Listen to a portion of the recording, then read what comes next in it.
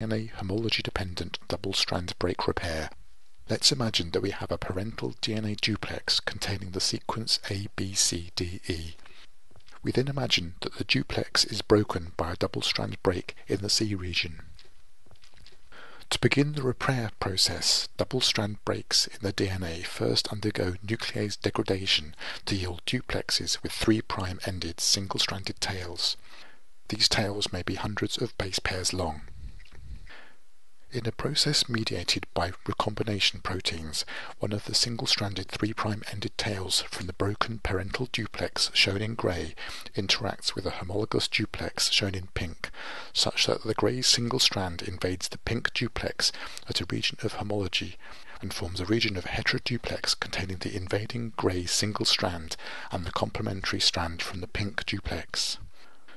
The displaced pink strand, which is of the same polarity as the invading grey strand, forms a loop. This loop structure, together with the invading strand, is called a displacement loop, or D-loop. The 3' end of the invading strand then acts as a primer for DNA synthesis. The complementary duplex strand serves as the template. However, this D-loop replication does not form an extended region of heteroduplex between the newly synthesized green strand and the template pink strand. Rather, a small bubble containing the template, a short region of the newly synthesized DNA, and the displaced strand forms and tracks across the pink template strand.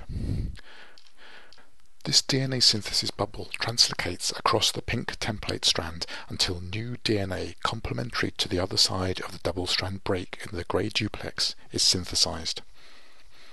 The replication bubble dissociates, and the newly synthesized strand, shown here in green, is then captured by the 3' single-stranded tail from the other side of the break in the duplex.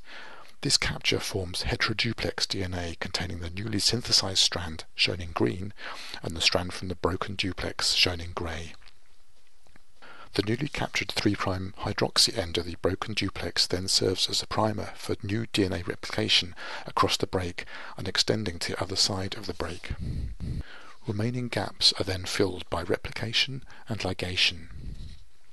Note that overall, the gap at a double-strand break where degradation occurred, the C region, has been repaired by new DNA synthesis, the template for which was a duplex homologous to the broken DNA.